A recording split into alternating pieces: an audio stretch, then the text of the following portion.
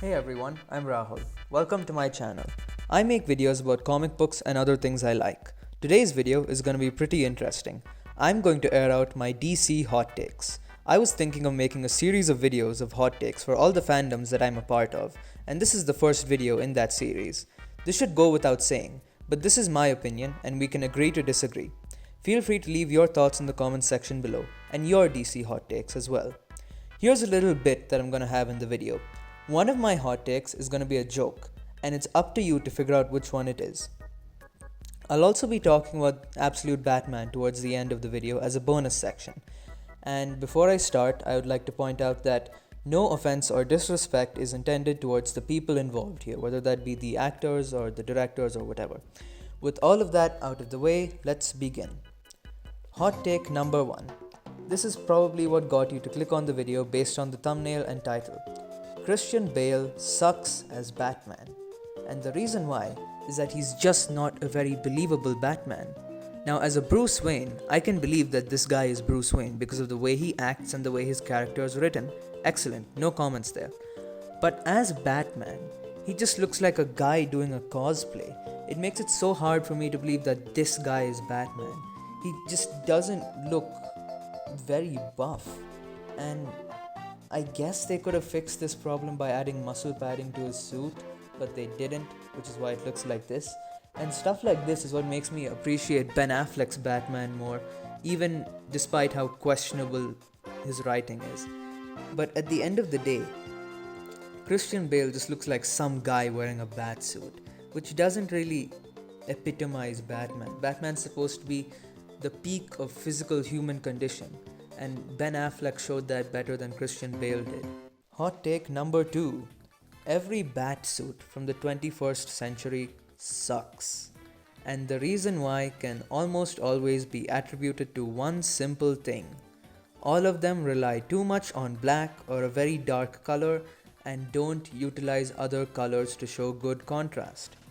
Now, if you look at the Batman Begins suit, if you look at it like from a distance, I cannot tell for the life of me where the bat symbol is. It is so damn dark that I don't know what I'm looking at. And this could have all been fixed if they added a yellow outline to the bat symbol, which would have made it so much more recognizable and added a lot of contrast, which would have broken up the visual monotony of just looking at so much black. It's so boring, it's god awful, and I don't like it. The same thing applies for the Dark Knight and Dark Knight Rises batsuits. It looks too militarized, it looks tacky, and when I say militarized, I mean that it just looks like too real. No, I wouldn't say realistic, but it's the epitome of Nolanizing something. And I feel like the best way to make a militarized type batsuit is with Robert Pattinson's suit, but we'll get to that later. In theory, Ben Affleck's batsuit from Batman v Superman should be the best batsuit ever made because it is a perfect adaptation of the Dark Knight Returns batsuit. But because of Zack Snyder's obsession with making things dark, it is so dang hard to see where the batsuit is.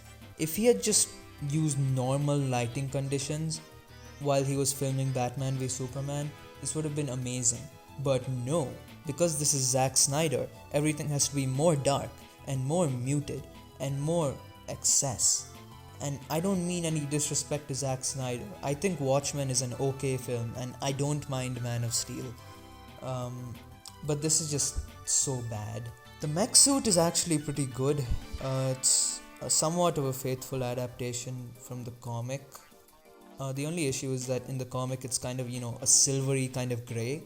But over here it's black, which is... It just shows how it's been Zack Snyderified. Same thing goes for the nightmare suit that Bruce wears in that stupid dream sequence. My god, why does Batman have a trench coat and a gun? The whole point of Batman is that nothing would ever compel him to use a gun, because that's the instrument, the tool that took his parents away from him. He dedicated the rest of his life to ensuring that other people wouldn't have to go through what he went through. And I don't care what kind of Injustice Superman bullcrap happens in the future of the Snyderverse. Batman should not be carrying a gun. Anyway, tangent aside, if you look at the Justice League suit from the 2017 movie, it's a worse version of the Batman v Superman suit because it's just too dark, and the shade of grey they used is even more darker somehow. And in a movie directed by Joss Whedon, where everything is supposed to be campy and colorful, it still manages to look very, very, very dark. I'm not going to waste my brain cells talking about the tactical suit from the final battle and the suit he wears in The Flash, because both of them suck. Now, Robert Pattinson's suit, like I mentioned previously, is not bad.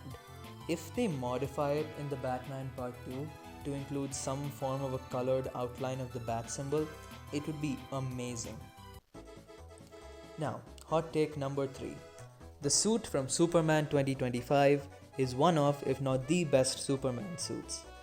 When this suit came out, I'll admit that James Gunn didn't exactly do a very flattering portrayal of it when he showed Superman tying up his boots with the suit all battle damaged and all that.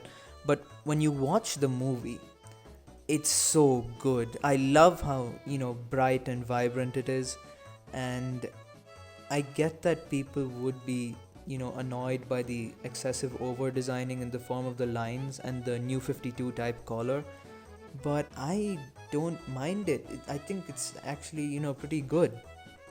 And it does a pretty good design of the S logo from Kingdom Come, even if the inside is yellow and not black. I still think this is a great suit and far better than the Man of Steel suit because it's so bright and it just, matches with the optimistic and hopeful tone of the movie. Continuing on with hot takes regarding Superman 2025, I think the score from Superman 2025 is arguably better than Man of Steel. Now, I know people will come at me in the comments for saying this because the score from this movie is just a modernized version of the original John Williams score. And I know that, obviously, everyone knows that. But the way that, I think their names are David Fleming and John Murphy. Yeah, the way that those two modernized that score is so good. Especially that scene in the beginning of the movie where Superman flies out of the Fortress of Solitude and the soundtrack starts playing. It's called Last Sun, that particular score, and I have it saved on Spotify, and it's my number 1 song on my on repeat playlist, which just goes to show how good it is. Because whenever I listen to that score, it makes me feel like Superman, and it's just so uplifting and hopeful and joyous, and it makes my day when I listen to it. It makes me so happy. Hot take number 5. I feel Peacemaker was justified in killing Rick Flag Jr. After watching the Suicide Squad and the new season of Peacemaker, I still believe that Chris did the right thing by killing Rick Flag. I mean, it's not like he had any choice, and of course, Rick Flag was a good person who did not deserve to die.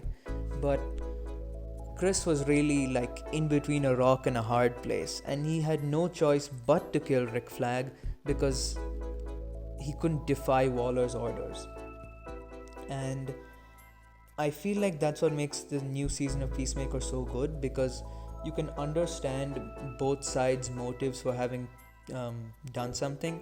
And what I mean by that is, of course, Peacemaker feels guilty for killing Rick Flag, but he realizes that he had to do it.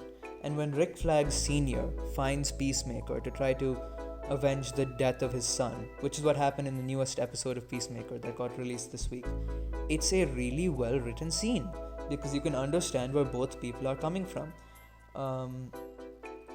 Spoilers for the new episode, by the way. This is season 2 episode 5 I'm talking about. But after Chris gets detained by Argus, Rick Flag Sr. kicks the living shit out of him and almost beats him to death, and I could understand why he was doing it, and I also felt bad for Chris at the same time. That shows that it's good writing, because you can understand where Senior is coming from. He's just trying to avenge the death of his son, and Chris is just in between a rock and a hard place, and he even tells Senior that he respected Rick Flag Jr. and didn't want to do it but was forced to do it. So anyway, yeah, that's why I believe he was justified in killing Rick Flag Jr. Hot take number 6. Kingdom Come is the best DC story of all time. I know a lot of people will come at me saying, I know I haven't read every single DC comic story, but of the ones that I have read, Kingdom Come is the best. And the reason why I'm generalizing and saying it is the best of all time, even the ones that I haven't read, is because of the way that Mark Waid just gets these characters. And it's complemented by Alex Ross's absolutely stunning and beautiful artwork. It makes every page look like a painting. But there are some scenes in this comic which just epitomize these characters to a T. If I remember correctly, there's a scene towards the end of the book, right before the conflict, where Superman goes to visit the Batcave and tries to convince Bruce to join his side. This is going to sound weird for people who haven't read the book, and I don't remember all the context fully, but basically what Superman tells Batman is, at the end of the day, they're both people who want to stop other people from dying and who value life. And this line, while it may seem superficial, really nails these characters because it outlines what their motives are and why they save people. And some people might find the biblical elements of the story grandiose and pompous, but I don't mind it because it just makes it more stylistic, and because it's told from the perspective of a church pastor, so there's obviously going to be some kind of Christian symbolism. I don't know, I haven't read the Bible, don't come at me in the comments for it. Hot take number 7. The Sandman is the best comic of all time, bar none.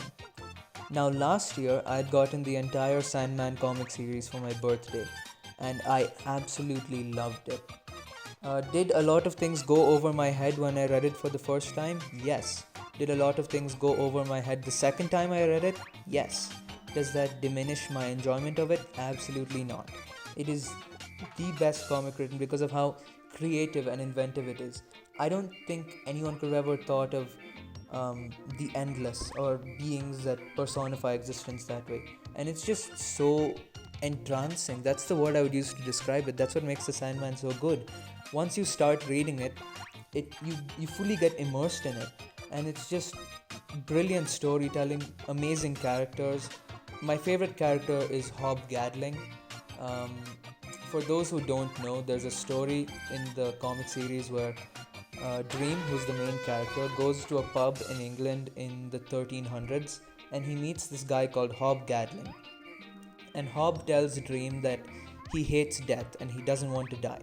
So Dream does a little experiment. He grants Hob the power of immortality and tells him to meet him in the exact same pub 100 years from now. So they meet again in 100 years, and Dream asks him if he wants to die. Hob says no. And over the centuries they keep meeting in that exact same spot every 100 years, and every time Dream asks the same question, do you want to die? Are you sick of life yet? And every time, no matter what hardship or suffering Hob has gone through in the last 100 years, he says no. And that's what really made me fall in love with the series, is that Hob, I feel, is the best encapsulation of the human spirit. He, no matter what he has gone through over the centuries, he still wants to live because he recognizes the value of life. Now, before I move on to my next hot take, I feel like I have to address the elephant in the room, which is Neil Gaiman. He is a very horrible person who has done some very bad things, and I'm not going to go into detail over here because I want to try to keep this video family friendly. But as long as you try to separate the art from the artist, you should be able to enjoy the series. However, I do want to note that one of the anthology stories in the Sandman series is eerily similar to what Neil Gaiman did in real life. So you may be disturbed when you read it. Now, the first time I read it, I would like to point out that when I read that story, that was before all of the allegations came out, so I didn't think much of it. I just thought, oh, it's another spin-off story, nice. But then once the allegations came out, I was thinking, oh my god, what on earth is this person doing?